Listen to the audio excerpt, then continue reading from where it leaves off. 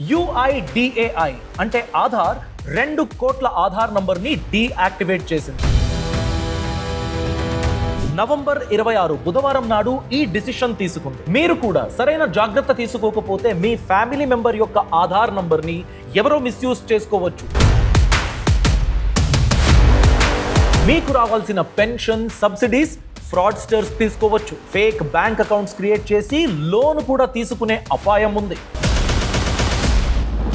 అయితే మన family member Aadhaar misuse అవ్వకుండా ఎలాంటి జాగ్రత్తలు తీసుకోవాలి?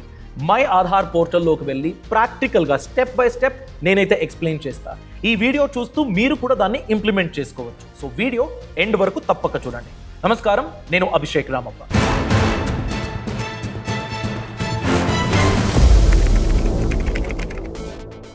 Unique identification authority of India UIDAI మన ఆధార్ని చూసుకునే సెంట్రల్ గవర్నింగ్ బాడీ ఇది. వీళ్ళు నవంబర్ 26 సాయంత్రం 2 కోట్ల కన్నా ఎక్కువ ఆధార్ నంబర్ని డీయాక్టివేట్ చేయడం జరిగింది అని ప్రెస్ ఇన్ఫర్మేషన్ బ్యూరోలో ఒక ప్రెస్ నోట్ని రిలీజ్ చేశారు. అందరికీ షాక్. ఎందుకు 2 కోట్ల కన్నా ఎక్కువ నంబర్ డిలీట్ అయ్యింది అని. ఇదే ఫస్ట్ కాదండి.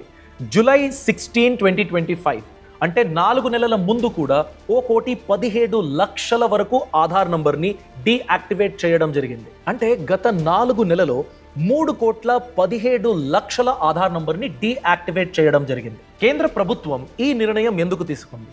స్కామ్స్ అవ్వకూడదు, స్కామ్స్ సంఖ్యలు తగ్గాలి. దాని గురించి ఆధార్ మిస్యూజ్ అవ్వకుండా కేంద్ర ప్రభుత్వం ఈ డిసిషన్ తీసుకుంది. ఒకవేళ ఈ డిసిషన్ తీసుకోకపోయి ఉంటే ఈ 3 కోట్ల కన్నా ఎక్కువ ఆధార్ నంబర్లు ఉన్నాయి కదా, వాళ్ళని మిస్యూజ్ చేసి మేబీ ఈ ఫ్యామిలీ వాళ్ళకి చెందవలసిన పెన్షన్ను, గవర్నమెంట్ స్కీమ్ యొక్క బెనిఫిట్, సబ్సిడీలు ఇవన్నీ ఇంకెవరో మిస్యూజ్ చేసుకునే అవకాశం ఉండేది. అంటే గవర్నమెంట్ లిస్టులో ఎవరైతే బెనిఫిషియరీ ఉన్నారో వాళ్ళకి చేరకుండా ఇంకెవరో తీసుకునేవాళ్ళు.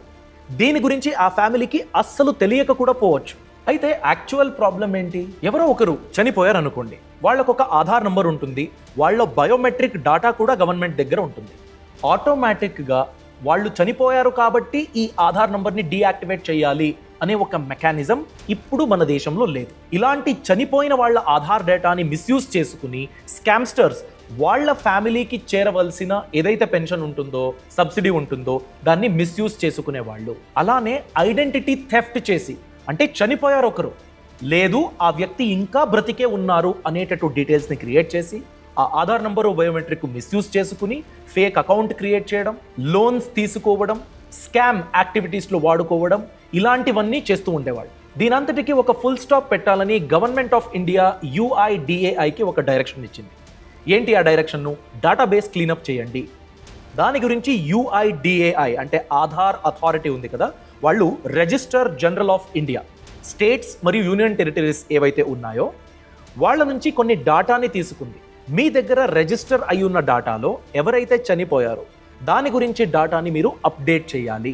UIDAI ఆ డాటాని తీసుకుని అనలైజ్ చేసి ఎవరైతే చనిపోయారో వాళ్ళ ఆధార్ డాటాని డీయాక్టివేట్ చేయడం జరిగింది. ఈ ప్రాసెస్ ఎంటైర్ ఇండియాలో జరుగుతుంది, నేషన్ వైడ్. ఈ ప్రాసెస్ రిపీట్ అవుతుందని ministry of electronics and information technology update కూడా ఇచ్చింది. ఎందుకంటే ఈ డేటాబేస్లో ఆంధ్రప్రదేశ్ యొక్క డెత్ డాటా ఆధరించి కొన్ని ఆధార్ నంబర్లు డీయాక్టివేట్ చేయడం జరిగింది. బట్ తెలంగాణ డేటాబేస్ అని చూసుకున్నట్లయితే అక్కడి నుంచి ఇంకా కలెక్ట్ చేయడం, దాంట్లో ఎవరైతే చనిపోయారో వాళ్ళ ఆధార్ నంబర్ని డీయాక్టివేట్ చేయడం ఇంకా జరగలేదు. నెక్స్ట్ రౌండ్లో తెలంగాణలో కూడా జరుగుతుంది. ఇప్పటికైతే 20 కన్నా ఎక్కువ రాష్ట్రాలలో ఈ ప్రాసెస్ జరిగింది. దాంట్లో ఆంధ్రప్రదేశ్ డాటా కూడా ఉంది. తెలంగాణ ఆధార్ డాటా వ్యాలిడేషన్ అన్నది ఫ్యూచర్లో అంటే రీసెంట్గానే జరగనుంది. సో ఫ్యామిలీలో ఎవరైనా చనిపోతే వాళ్ళ పిల్లలు లేకపోతే వాళ్ళ ఫ్యామిలీ మెంబర్సు ఈ చనిపోయిన వ్యక్తి యొక్క ఆధార్ డాటాని డీయాక్టివేట్ చేయడానికి అవకాశం ఉంది. ఇది ఆటోమేటిక్గా జరగదు అని చెప్పారు కదా, దీనికి సొల్యూషన్ ఏంటి? మనం ఎలా చేయాలి? ఎలాంటి ప్రొసీజర్స్ మనం ఫాలో చేయాలి? దాని గురించి చాలా సింపుల్ స్టెప్పులు ఉన్నాయండి. మై ఆధార్ పోర్టల్కి వెళ్ళి మీరే చేసుకోవచ్చు. దీని గురించి మీరు రెడీగా పెట్టుకోవాల్సింది ఒకటే డాక్యుమెంట్ అండి, అది వ్యాలిడ్ డెత్ సర్టిఫికేట్. దీన్ని లోకల్ అథారిటీస్, మున్సిపల్ అథారిటీస్ వీళ్ళతో మీరు తీసుకోవచ్చు. వ్యాలిడ్ డెత్ సర్టిఫికేట్ ఉండాలి, ఆ మెంబర్ యొక్క ఆధార్ నంబర్ ఉండాలి.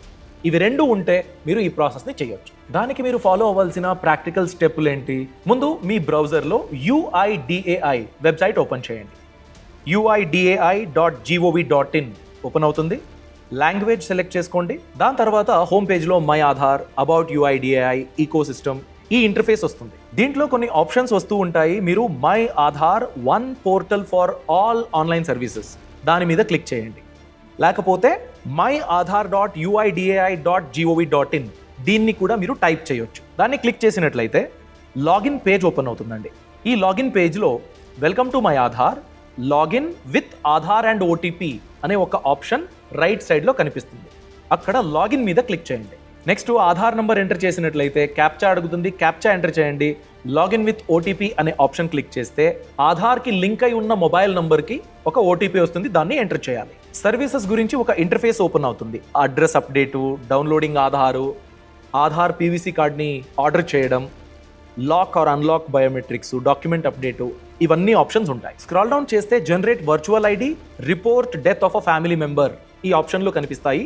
Report death of a family member ఆప్షన్ని క్లిక్ చేయండి. ఇలా ఒక పేజ్ ఓపెన్ అవుతుందండి. దీంట్లో డిసీజ్డ్ డీటెయిల్స్ మీరు ఎంటర్ చేయాలి. ఎవరైతే చనిపోయారో వాళ్ళ గురించి డీటెయిల్స్, ఏ స్టేటు డెత్ సర్టిఫికేట్ ఇష్యూ చేసింది, ఎవరైతే చనిపోయారో వాళ్ళ ఆధార్ నంబర్ ఏంటి, డెత్ రిజిస్ట్రేషన్ నంబర్ డిఆర్ఎన్ అంటారు, దాని గురించి మీరు డీటెయిల్స్ ఎంటర్ చేయాలి. Name of the deceased person as in the death సర్టిఫికేట్లో ఏమైతే ఉందో దాన్ని మీరు ఎంటర్ చేయాలి. వాళ్ళ gender, date of death, date of issue of death certificate ఇవన్నీ మీరు అప్డేట్ చేయాలి. అప్లోడ్ డెత్ సర్టిఫికేట్ అనే ఆప్షన్ ఉంది కదా, ఇక్కడ మీరు ఏదైతే ఫిజికల్ కాపీ డెత్ సర్టిఫికేట్ ఉంటుందో దాన్ని పిఎన్జి, జేపెగ్, పీడిఎఫ్ ఈ 3 ఆప్షన్లు ఉంటాయి. ఈ 3 ఆప్షన్లో ఏదైనా ఒక్క ఫార్మాట్ని మీరు అప్లోడ్ చేయొచ్చు. ఫైల్ సైజ్ ఆ ఫోటో ఏదైతే ఉంటుందో, లేకపోతే పీడిఎఫ్ పిఎన్జినో 2 MB కన్నా ఎక్కువ ఉండకూడదు. సో దీన్ని మీరు చూసుకోవాలి. డెత్ సర్టిఫికేట్ అప్లోడ్ చేసిన తర్వాత ఇన్ఫార్మెంట్ రిలేషన్షిప్ విత్ డిసీజ్డ్ అంటే మీరు ఆ చనిపోయిన వ్యక్తికి ఏమవ్వాలి దాని గురించి మీరు డీటెయిల్స్ ఇవ్వాలి. దాని తర్వాత ఐ హియర్ బై కన్ఫర్మ్ దాన్ని సెలెక్ట్ చేసుకుని సబ్మిట్ మీద మీరు క్లిక్ చేయాల్సి ఉంటుంది. సో ఇక్కడ ఆప్షన్ ఉంది, క్లిక్ చేసినట్లయితే చూడండి, పిల్లలు లేకపోతే చనిపోయిన వాళ్ళ ఫాదర్, మదర్, తమ్ముడు, చెల్లెలు, అక్క ఎవరైనా ఫ్యామిలీ మెంబరు, లేకపోతే స్పౌస్, హస్బెండ్ చనిపోయారనుకోండి వైఫ్ డీటెయిల్ని అప్డేట్ చేయొచ్చు. వైఫ్ గురించి హస్బెండ్ అప్డేట్ చేయొచ్చు. అలానే లీగల్ గార్డియన్ ఎవరైతే ఉన్నారో వాళ్ళు కూడా అప్డేట్ చేయడానికి అవకాశం ఉంటుంది. ఈ డీటెయిల్స్ ఇచ్చే సెక్షన్కి పక్కన రైట్ సైడ్లో కొన్ని ఫ్రీక్వెంట్లీ ఆస్క్డ్ క్వశ్చన్లు కూడా ఉన్నాయి. మీకు ఏదైనా డౌట్ ఉంటే అక్కడ కూడా మీరు ఆన్సర్ పొందవచ్చు. ఫర్ ఎగ్జాంపుల్, ఎలాంటి డాక్యుమెంట్స్ లేకపోతే ఇన్ఫర్మేషన్ కావాలి, డెత్ సర్టిఫికేట్ మరియు ఆధార్ నంబర్ ఉంటే చాలు, దాని గురించి ఉంది. నెక్స్ట్ ఏ స్టేట్స్ కవర్ అయినాయి చూడండి. అట్ ప్రెజెంట్ 24 స్టేట్స్ మరియు యూనియన్ టెరిటరీస్లో ఇది జరిగింది. అండమాన్ అండ్ నికోబార్, ఆంధ్రప్రదేశ్, అరుణాచల్ ప్రదేశ్ ఇవన్నీ ఉన్నాయి.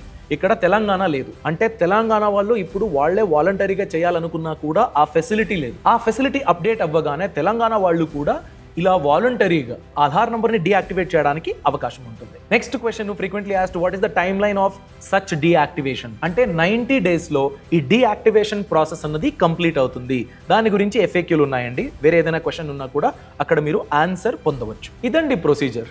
నెక్స్ట్ మనకు వచ్చే క్వశ్చన్ ఏంటంటే, నేను అప్లై చేశాను, ఇది క్లియర్ అవ్వడానికి, డీయాక్టివేట్ అవ్వడానికి ఇంకా 90 డేస్ కావాలి. అంటే 3 monthsలో ఎవరైనా మిస్యూజ్ చేస్తే, ఈలోపు ఆధార్ నంబర్ మిస్యూజ్ అవ్వకుండా ఉండాలంటే, ఒకవేళ డిసీజ్డ్ పర్సన్ యొక్క వర్చువల్ ఐడి ఉండుంటే, అంటే వాళ్ళు ఉన్నప్పుడు యుఐడిఏఐ వెబ్సైట్లో వర్చువల్ ఐడి తీసుకుని ఉంటే ఆ వర్చువల్ ఐడి వాడుకుని బయోమెట్రిక్ లాక్ అన్లాక్ వాళ్ళు చనిపోయిన తర్వాత కూడా ఫ్యామిలీ మెంబర్స్ చేయవచ్చు. సో అలా వర్చువల్ ఐడి మీకు తెలుసుంటే దాన్ని వాడుకుని ఆధార్ వెబ్సైట్కి వెళ్ళి ఆధార్ బయోమెట్రిక్ని లాక్ చేయడం కూడా మీరు చేయవచ్చు. సో ఈ డీయాక్టివేషన్ అప్లై చేసిన తర్వాత ప్రాసెస్ ముగిసేలోపు మీ ఫ్యామిలీ మెంబర్ యొక్క ఆధార్ డీటెయిల్స్ని మీరు ప్రొటెక్ట్ చేయొచ్చండి. సో ఇలా మీ ఫ్యామిలీ మెంబర్ యొక్క ఆధార్ డీటెయిల్స్ని మీరు ప్రొటెక్ట్ చేసుకుంటారు. ఎలాంటి ప్రాబ్లమ్స్ అవ్వకుండా మీరు చూసుకుంటారని నేనైతే ఆశిస్తున్నాను. Thanks for watching. మీ అభిప్రాయం కామెంట్ సెక్షన్లో తెలియచేయడం అస్సలు మర్చిపోవద్దు. All the best. బాస్ వాలా, బీ ద బాస్.